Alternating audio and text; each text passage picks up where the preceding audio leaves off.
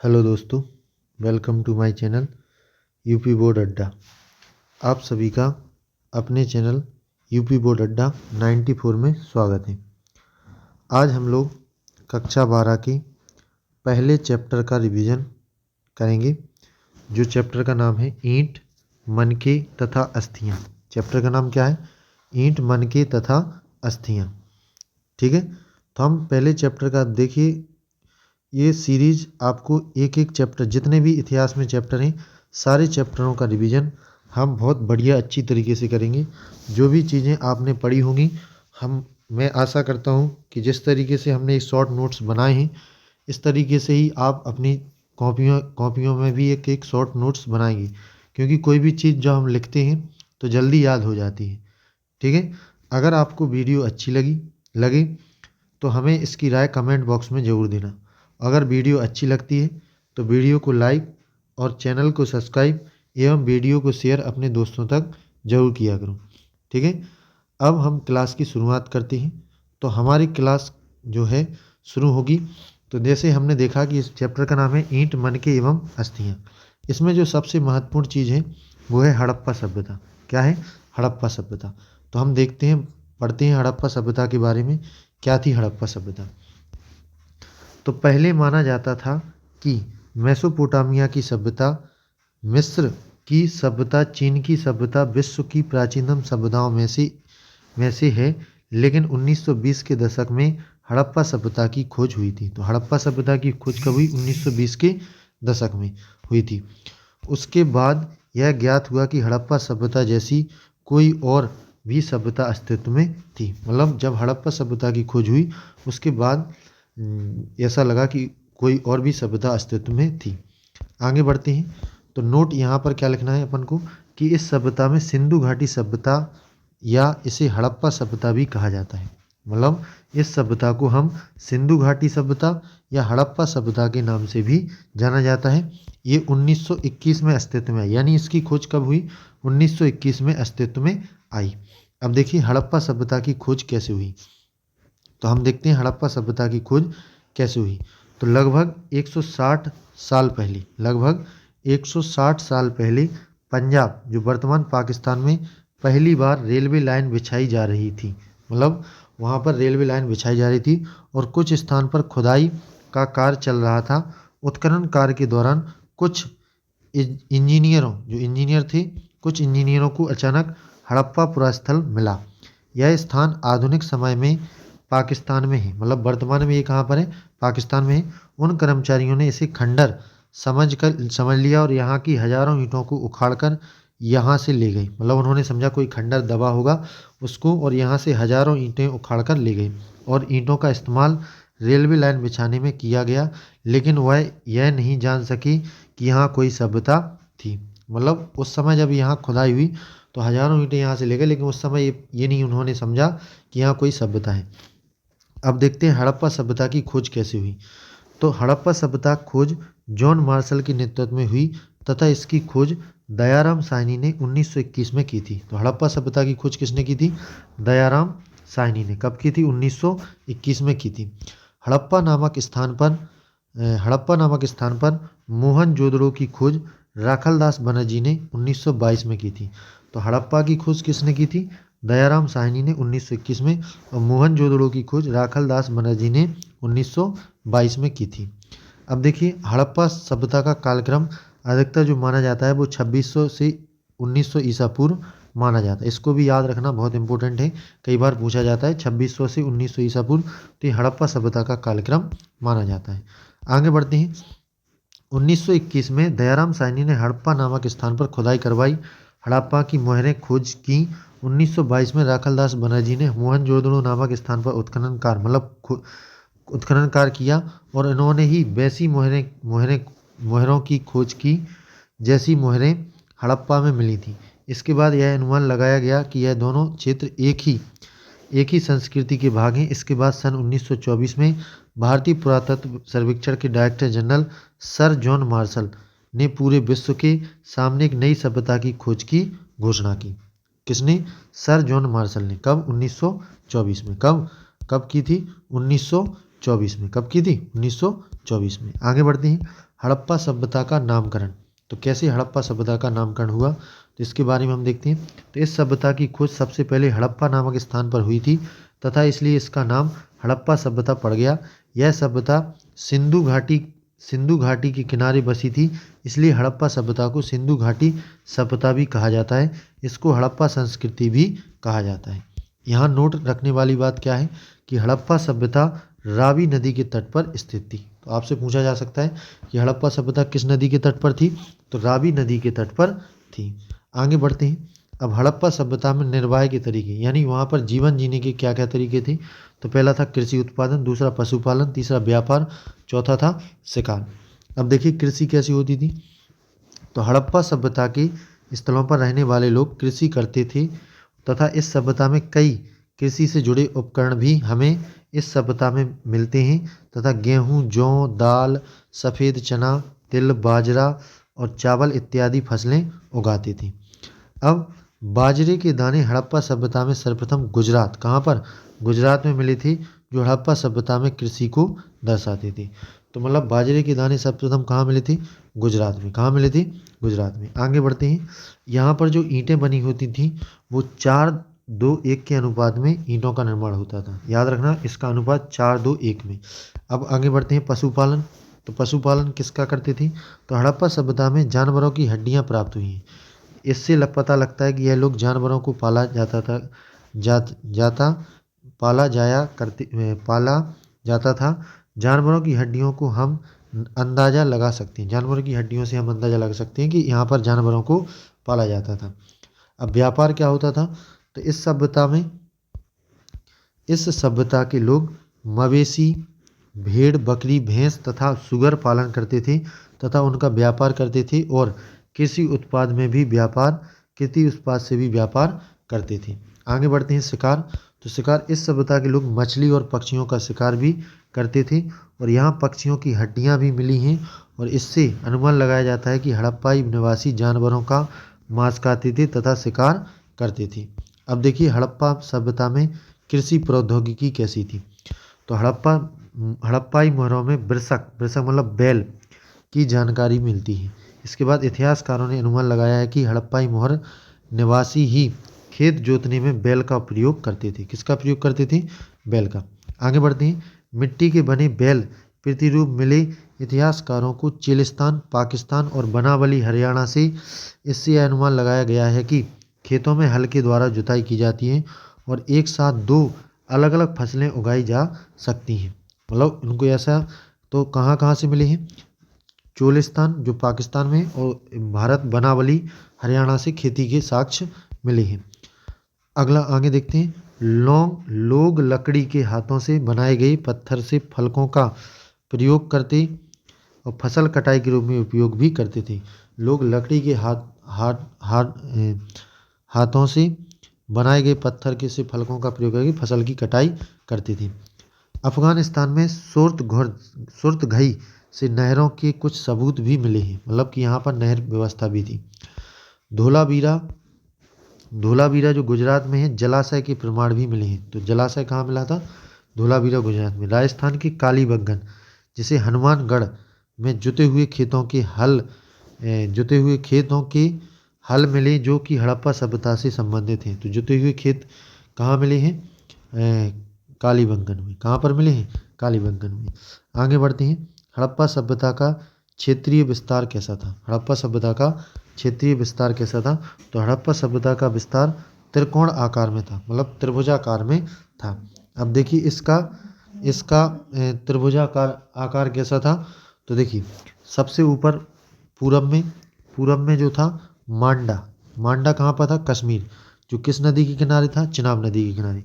पश्चिम में सुत कांगेडोर, जो कहाँ पर था, बलूचिस्तान, कौन सी नदी के किनारे था, दास नदी के किनारे। पूरब में आलमगीरपुर, जो हमारे उत्तर प्रदेश में, ये किस नदी के किनारे था, हिंडा नदी के किनारे। दक्षिण भाग जो था दैमाबाद, ये महाराष्ट्र में गोदावरी नदी के किनारे था। ये हड़प्पा सभ्यता का विस्तार था। अब बात करते हैं मोहनजोदड़ो की। तो हड़प्पा सभ्यता एक नगरीय सभ्यता थी। इस पर हड़प्पा सभ्यता का सबसे अनूठा पहलू शहरी केंद्रों का विकास करना था। किसका, शहरी केंद्रों का विकास करना था। सबसे पहले खोजा गया स्थल हड़प्पा था। सबसे अधिक प्रसिद्ध जो स्थान पुरा स्थल मोहनजोदड़ो था। सबसे ज़्यादा प्रसिद्ध जो स्थल था वो मोहनजोदड़ो था। अब आगे देखते हैं, हड़प्पा सभ्यता के दो महत्वपूर्ण केंद्र कौन कौन से थे? हड़प्पा और मोहनजोदड़ो, जो वर्तमान में कहाँ पर है? पाकिस्तान में। कहाँ पर है? पाकिस्तान में। हड़प्पा सभ्यता में सर्वप्रथम बस्तियों और शहरों का विकास भी मोहनजोदड़ो में सर्वप्रथम हुआ था। कहाँ पर हुआ था? बस्तियों और शहरों का विकास मोहनजोदड़ो में हुआ था। अब देखेंगे पुरा स्थल। तो पुरा स्थल ऐसे स्थल को कहते हैं जिस स्थल पर पुराने औजार, बर्तन, इमारत या तथा इनके अवशेष प्राप्त होते हैं। इनका निर्माण यहाँ रहने वाले लोगों ने अपने लिए किया था, जिन्हें छोड़कर वे कहीं चले गए। हजारों वर्षों बाद यह अवशेष जमीन के ऊपर या अंदर पाए जाते हैं। यह एक नियोजित शहरी केंद्र था जहाँ भवनों का निर्माण पहले इसका पूरा नियोजन किया गया था। तो पुरा स्थल क्या होते हैं? तो जिस स्थल पर पुराने औजार या इमारत का हमें वर्णन मिलता है। आगे बढ़ते हैं। आगे हड़प्पा की बस्तियां कैसी थी? तो हड़प्पा की बस्तियों को दो भागों में विभाजित किया गया था, दुर्ग बस्ती और निचला शहर। दुर्ग क्या होते थे? तो दुर्ग ऊंचाई पर बने हुए थे। दुर्ग ऊंचे इसलिए थे क्योंकि यहाँ पर बनी संरचना कच्ची ईंटों के चबूतरे पर बनी थी, इसलिए दुर्ग के चारों ओर से दीवारों से घेरा गया था। यह दीवारों दुर्ग को निचले शहर से अलग करती थी। मतलब जो दुर्ग होते थे वो चारों ओर दीवारों से घिरे होते थे। इसके बाद माल गोदाम। माल गोदाम, इसका निचला हिस्सा ईंट से बना हुआ था। इसका ऊपरी हिस्सा नष्ट हो गया था, जो संभवतः लकड़ी का बना होगा। माल गोदाम कहा जाता था। विशाल स्नानागार, तो यह आंगन में बना आयताकार जलाशय है जो चारों ओर से एक गलियारे से घिरा हुआ है। संभवतः इसका प्रयोग अनुष्ठान या स्नान के लिए इसका उपयोग किया जाता था तथा यह विशालकाय होते थे। ऐसे स्नानागार काफ़ी अधिक देखने को मिले थे। ठीक है, इसके बाद आगे बढ़ते हैं। निचला शहर कैसा होता था? तो ऐसा माना जाता है कि निचले शहर में आवासीय भवन थे। निचला शहर दुर्ग के मुकाबले अधिक बड़े क्षेत्र में बसा हुआ था। मतलब दुर्ग छोटे हिस्से में बसा हुआ था, लेकिन निचला शहर बड़े हिस्से में बसा हुआ था। अब देखते हैं जल निकासी व्यवस्था। जल निकासी व्यवस्था कैसी थी? तो हड़प्पा सभ्यता थी उसमें जल निकासी व्यवस्था कैसी थी? तो हड़प्पा सभ्यता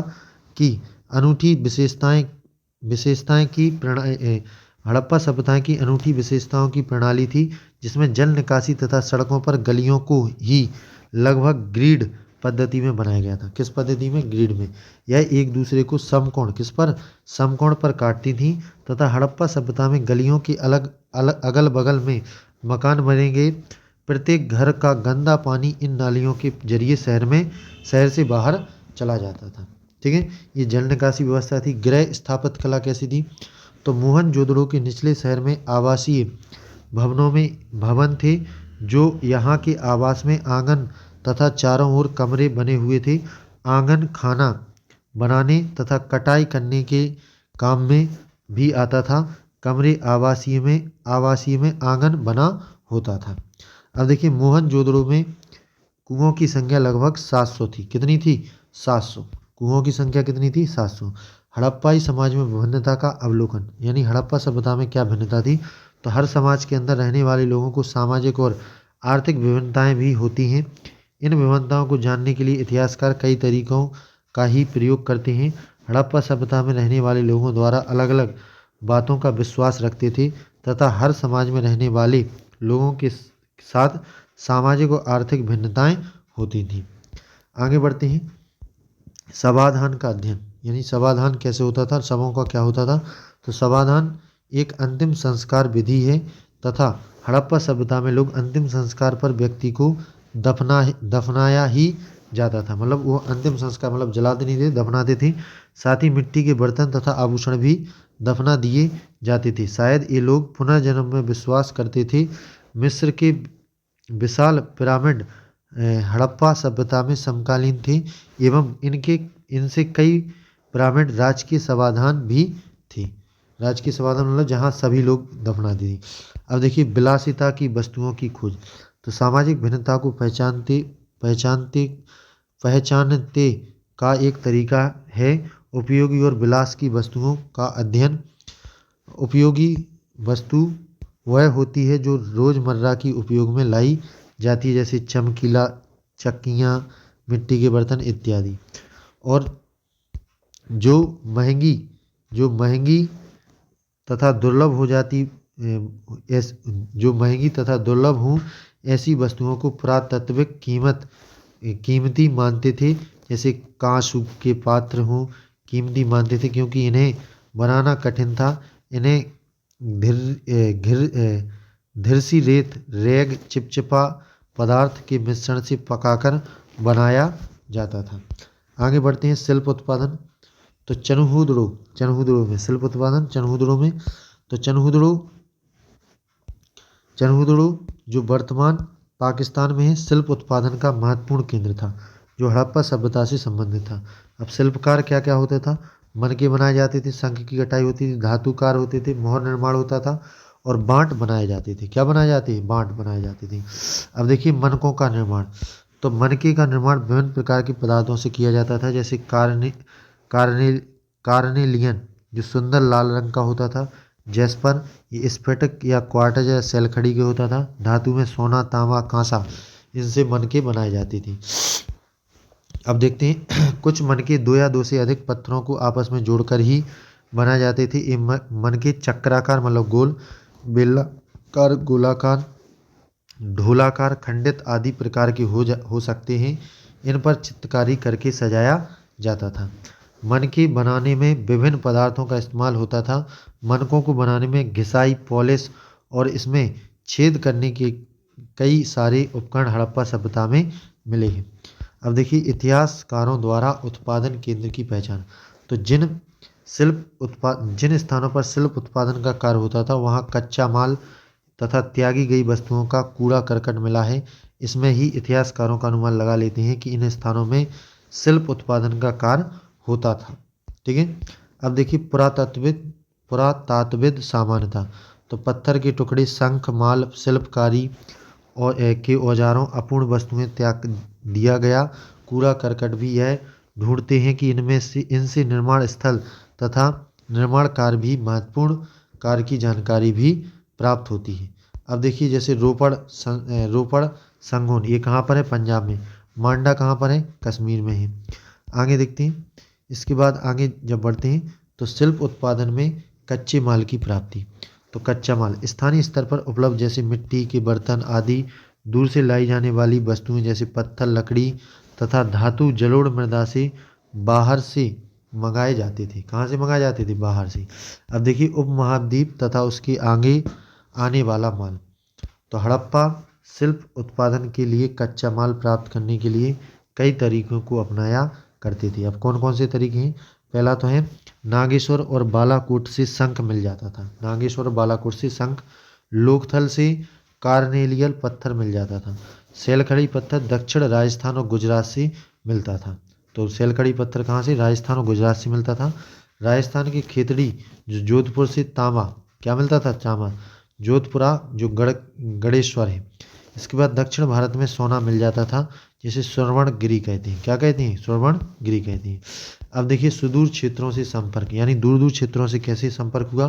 तो हाल ही में कुछ वर्षों में कुछ पुरातत्व खोजों से ऐसा ज्ञात होता है कि तांबा ओमान से भी लाया जाता था और ओमान के तांबे तथा हड़प्पाई वस्तुएं दोनों ही निकल के अंश मिले हैं। किसके अंश मिले हैं? निकल के। एक हड़प्पाई मोहर वर्तमान जिसके ऊपर काली मिट्टी की एक मोटी परत चढ़ी हुई थी, ओमान से प्राप्त हुई है तथा हड़प्पाई पुरावस्तु ओमान से तांबा तथा राजस्थान के खितड़ी से भी तांबा लाया जाता था। इस तरह से हड़प्पा सभ्यता के लोग सुदूर मतलब दूर क्षेत्रों से संपर्क करते थे। आगे बढ़ते हैं। मोहर और मुद्रांकन। तो मोहर और मुद्रांकन का प्रयोग लंबी दूरी के संपर्क को आसान बनाने में किया जाता था। उदाहरण जैसे किसी सामान से भरे थैले को एक स्थान से दूसरे स्थान पर जब भेजा जाता था तब उसकी सुरक्षा का ध्यान रखा जाता था और थैले की मुख को रस्सी के माध्यम से बांधा जाता था ताकि थैले को सुरक्षित उस स्थान पर पहुंचा पाए, इसलिए रस्सी बांधते थे। अब देखिए हड़प्पाई लिपि कैसी थी? तो हड़प्पाई लिपि चित्रात्मक लिपि थी। इस लिपि में चिन्हों की संख्या लगभग 375 से 400 के बीच थी तथा सबसे बड़े 26 की थी। कितनी? सबसे बड़े जो इसमें अक्षर थे, वो चिन्ह थे, वो कैसे थे? 26। हड़प्पाई लिपि को दाएं से बाईं ओर लिखा जाता था। हड़प्पा लिपि एक रहस्यमय लिपि इसलिए कहलाती है क्योंकि इस लिपि को आज तक पढ़ा नहीं जा सका है। आज तक इसको पढ़ा नहीं जा सका है। अब देखते हैं बांट। तो बांट चर्ट नामक पत्थर से बनाए जाते थे। घोटे छोटे बड़ों का प्रयोग आभूषणों और मनकों को तोलने के लिए किया जाता था। धातु से बने तराजू के पलड़े भी मिले हैं। ये बांट देखने में बिल्कुल साधारण होते थे।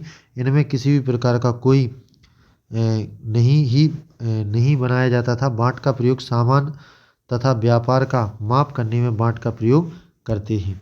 अब देखिए बांट हड़प्पा सभ्यता में चर्ट नामक पत्थर से बनते थे। किससे? चर्ट नामक पत्थर से बनते थे। हड़प्पा संस्कृति में शासन। तो हड़प्पा सभ्यता में किस प्रकार का ही शासन था, इसके बारे में अधिक ज्ञात नहीं है, लेकिन अनुमान है कि इस सभ्यता में जटिल कानून थे क्योंकि हड़प्पा सभ्यता की वस्तु में एक रूपता दिखाई देती है।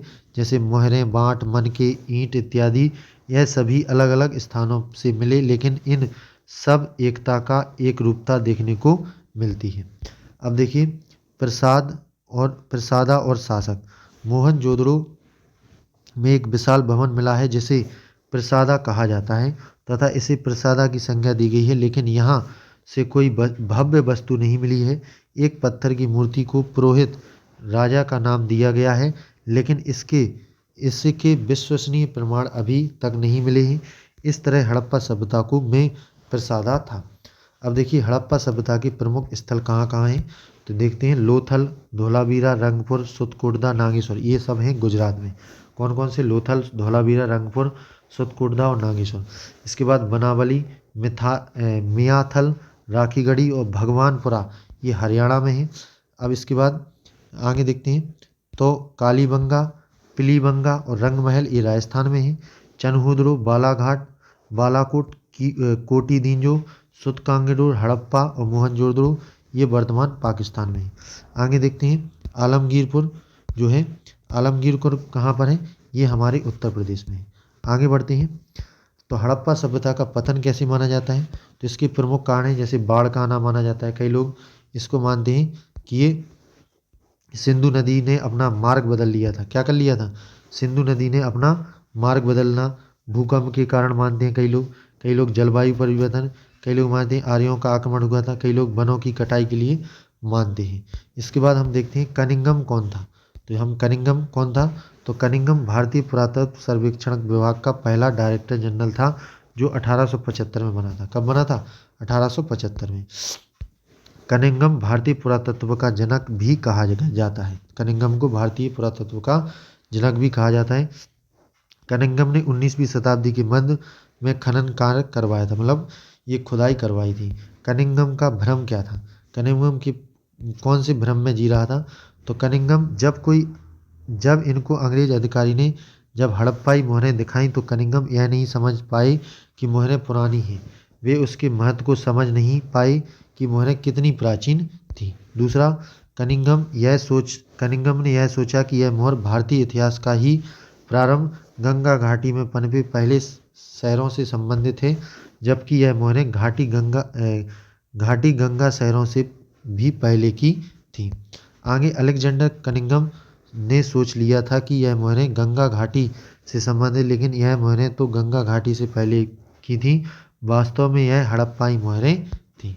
आगे बढ़ते हैं तो उत्खनन तकनीक कैसी थी? तो सामान्य तौर पर सबसे नीचे स्तर पर मिली वस्तुएं प्राचीनतम मानी जाती हैं और उससे ऊपर स्तर पर मिली वस्तुएं नवीनतम मानी जाती हैं। इसी आधार पर प्राप्त वस्तुओं का कालखंड निर्धारित किया जाता है। इसके बाद धार्मिक मान्यता क्या है? तो आभूषण से लदी हुई नारी की मूर्ति मिली है। इन्हें मातृ देवी या मातृ देवी की संज्ञा दी गई है। वेदियों द्वारा संरचनाओं को अनुष्ठानिक महत्व दिया गया है। कुछ मोहरें पर पेड़ पौधे भी उत्कीर्ण थे। ऐसा माना जाता है कि हड़प्पा सभ्यता के लोग प्रकृति पेड़ पौधे की पूजा करते थे तथा उनकी सुरक्षा भी करते थे। कुछ मोहरों में एक व्यक्ति योगी की मुद्रा में बैठा दिखाया है। पत्थर के शंकु आकार वस्तुओं को शिवालिंग के रूप में अलग अलग वर्गीकृत किया गया है। इसके बाद REM व्हीलर कौन थी? तो व्हीलर 1944 में भारतीय पुरातत्व सर्वेक्षण की डायरेक्टर जनरल बनी और इन्होंने उत्खनन की समस्या का निदान करवाया। अलेक्जेंडर कनिंघम के बाद इससे डायरेक्टर व्हीलर थे जिन्होंने उत्खनन कार्य करवाया था। तो यहाँ तक हमारा ये लेसन था, ये रिवीजन था हमारे पहले लेसन का। कैसी लगी वीडियो, इस बात को आप कमेंट बॉक्स में ज़रूर बताएं।